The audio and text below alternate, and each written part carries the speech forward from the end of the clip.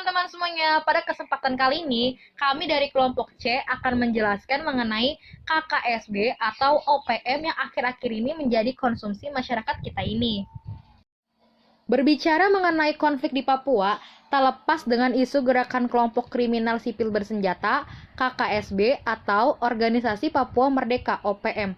Pada tanggal 13 September 2021 lalu, berbagai media baik cetak, elektronik, maupun daring ramai memberitakan sebuah kasus yaitu nakes mendapat kekerasan di Kiworo, Kabupaten Pegunungan Bintang, Papua Senin lalu, yang mengakibatkan gugurnya seorang tenaga kesehatan. Para tenaga medis pun menggelar aksi solidaritas, meminta perlindungan keselamatan. Satu rekan sejawat mereka belum juga ditemukan pada Kamis siang ini, dengan pita hitam di lengan dan kepala. Para tenaga medis di kota Oksibil ini menggelar aksi dari Jalan Kabiding menuju pusat kota dan berakhir di halaman Mapolres Pegunungan Bintang, Papua. Mereka juga menyalakan 1000 lilin sebagai bentuk duka cita atas gugurnya rekan sejawat mereka akibat penyerangan kelompok kriminal bersenjata distrik Kiworok Senin lalu. Terlebih, satu tenaga kesehatan puskesmas distrik juga masih hilang lewat aksi damai ini. Ratusan tenaga medis juga meminta agar seluruh tenaga kesehatan yang bertugas di Kabupaten Pegunungan Bintang dilindungi oleh negara dan seluruh lapisan masyarakat bahwa ialah garda terdepan dalam pelayanan kesehatan kepada masyarakat. Sehingga sudah sepantasnya ini mendapatkan perlindungan dari negara dan dari seluruh lapisan masyarakat dimanapun berada.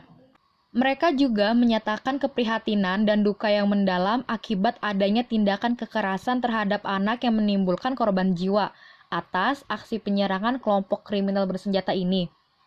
Pasalnya, sejumlah tenaga kesehatan yang menjadi korban sebelumnya berupaya menyelamatkan diri dengan melompat ke dalam jurang dari puskesmas tempat mereka bekerja.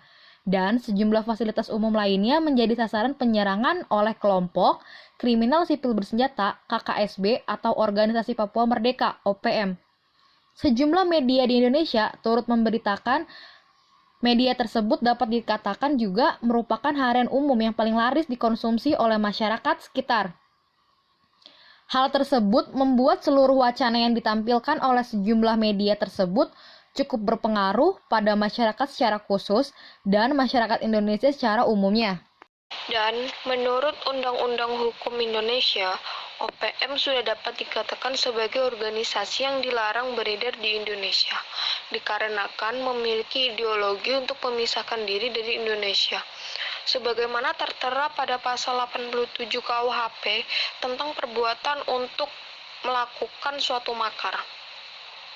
Organisasi Papua Merdeka ini didirikan pada bulan Desember 1961 yang bertujuan untuk menentang penguasaan Indonesia terhadap Irian Jaya atau yang pada saat ini disebut Papua dan Papua Barat. Serta mereka mengaku bahwa Papua merupakan suatu wilayah kedaulatan yang berdiri sendiri dan ingin membentuk suatu negara yang merdeka. Akan tetapi, OPM dalam tindak pidananya dapat diklasifikasikan sebagai kelompok kriminal bersenjata atau KKB yang dikarenakan melakukan kejahatan secara bersama-sama.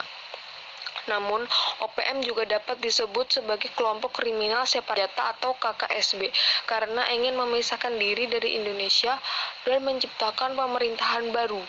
Menurut Aminuddin, KKB masih termasuk ke dalam tindak pidana yang penanganannya menurut undang-undang menjadi wewenang kepolisian untuk menindak dalam rangka penegakan hukum. Demikianlah beberapa hal yang bisa kami sampaikan. Semoga apa yang disampaikan barusan bermanfaat dan terima kasih atas perhatian juga waktunya teman-teman. Wabillahi taufiq wal hidayah. Wassalamualaikum warahmatullahi wabarakatuh.